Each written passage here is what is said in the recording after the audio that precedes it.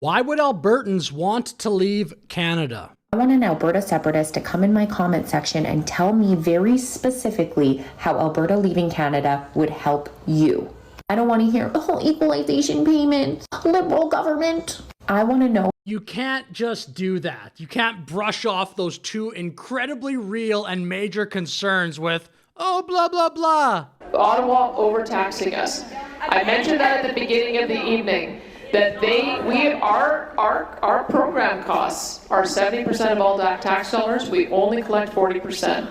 Ottawa collects 60%, and then they use political means to transfer it. Alberta, year after year, has $20 to $25 billion that is siphoned out of our system to go to Ottawa so that it can be spent mostly in Quebec, but also in other places that vote Liberal. We have been watching this for years. $600 billion in the last 40 or 50 years that have been taken out of this province. You don't think we might be able to do a little bit more on social spending if those $20 to $25 billion stayed here? You don't think we'd be able to cut taxes a bit if those $20 to $25 billion stayed here? It is $5,000 per Albertan that every single year gets transferred out of this province for political reasons so that the Liberals can continue to spend it in places that vote Liberal. That is what is happening in the province. So Danielle Smith actually a bit touched on both of those concerns that she just emoted away, equalization and the Liberal government. I want an Alberta separatist to come in my comment section and tell me very specifically how Alberta leaving Canada would help you. I don't want to hear, oh, equalization payments, Liberal government. I want to know how And the Liberal government federally has been in power now for 11 years. Do you think they'll keep winning? Us are getting together here talking a day after Main Street Research released its latest polls. One that says if an election were held today, well, 51% of decided and leading voters would vote Liberal, 36% would vote Conservative, 5% would vote for the Bloc, 4% for the NDP, 2% for the Greens. So a very commanding lead for the governing Liberals. What's behind this? Eric, I'll get you to start us out. And bro, I challenge anybody watching this video, if you're a CPC supporter at the federal level, it's all good. How are they going to win? What are they going to do to make up that lead? It's one poll, but I've seen a lot of polls like this recently. What are the CPC going to do to get that lead smaller? Carney is so popular, obviously I don't like his policies. He's so popular federally. You were out in the field last week, post Davos. That's right. So this is after Mark Carney's speech, after Donald Trump's speech, and kind of rolls up the numbers in terms of who Canadians would prefer as prime minister. Check out these numbers, Vashi.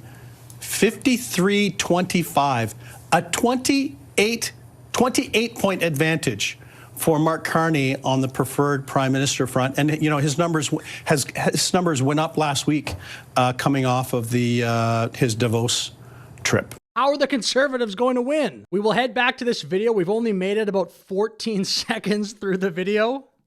I don't want to hear, oh, equalization payments, Liberal government. I want to know how your life would improve.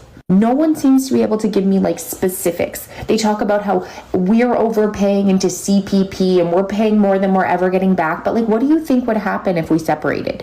We would probably lose that money and we'd have to replace those federal programs. Oh, you wouldn't lose the money. It's called a negotiation. What do you think would happen? The pension would every other province would just be, thank you, Alberta. Thanks for paying into that for all these years. We'll just take all of it now. You guys can start from scratch. Are you kidding me? Old age security, the child benefit, employment insurance. Where do you think we're still going to have to do that? Now we have less people paying. So many Liberals, by the way, do this, especially in Canada. That woman, that teacher, remember that teacher that we covered? She did this as well. This snarky voice when you're debating nobody. You're debating the front camera on your iPhone with this attitude. If Smith would just sit in on my grade 8 class, all of this would actually be easier for her to understand. I'm going to give this little band of potato men trying to make deals with down south 7 legitimate, significant reasons why secession is a bad idea. Oh, can somebody explain to them what secession means? I don't have time. Where do you think we're still going to have to do that? Now we have less people paying into that.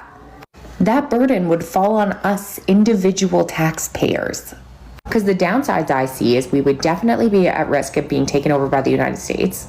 So she, by the way, is assuming there that the CPP would just totally go away and there's no negotiation at all between the independent Alberta, new, and the old Canada. We could be at risk of being taken over by the United States. No, we wouldn't be treated well. How are we being treated right now? Genius went over to Davos in front of his buddies and did this. Let me be direct. We are in the midst of a rupture, not a transition. Great powers have begun using economic integration as weapons. Tariffs as leverage, financial infrastructure as coercion, supply chains as vulnerabilities to be exploited. It received a very rare standing ovation, with praise not only in Davos, but around the world. It was a remarkable speech by a Canadian Prime Minister. A watershed moment in global diplomacy. Going back to the Prime Minister of Canada, extraordinary speech that he made at Davos this morning, talking about this rupture with the United States of America. Remember, but who was that Davos speech for? Mark Carney's inner circle or regular Canadians? Has that speech been working so far? Well, we have more breaking news for you now. U.S. President Donald Trump is taking aim once again at Canada, this time criticizing Canada's building of the Ontario to Michigan bridge. In a post on social media, Trump says negotiations will begin immediately to ensure that the U.S. owns part of the bridge. Trump said, I think Canada is going to continue to pay for that speech. I think that Davos speech was such a mistake. Our housing value would absolutely plummet because the amount of people that would leave. Bro, people wouldn't leave. People say that all the time. If Trump wins, we'll leave. Do you know, it's very difficult to leave. Very few people can just leave like that. Some people maybe, but the total number might be 500 people. We would lose our CPP, so everything we've paid in for decades would be gone. A lot of people would... Oh, that's so crazy. That's not an argument. It's called a negotiation. It wouldn't be gone. Be starting from scratch at 60. I think we would be broke. I don't think it's ever going to happen, but I'd like to hear from someone how you as an individual would be fully benefited by us leaving.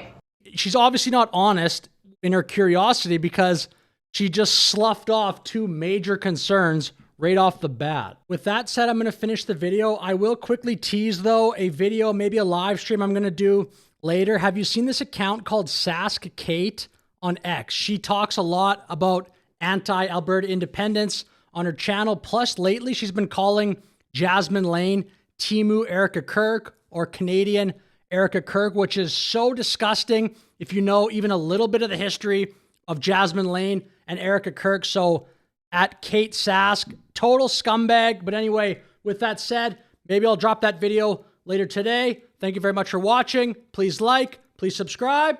Have a great day.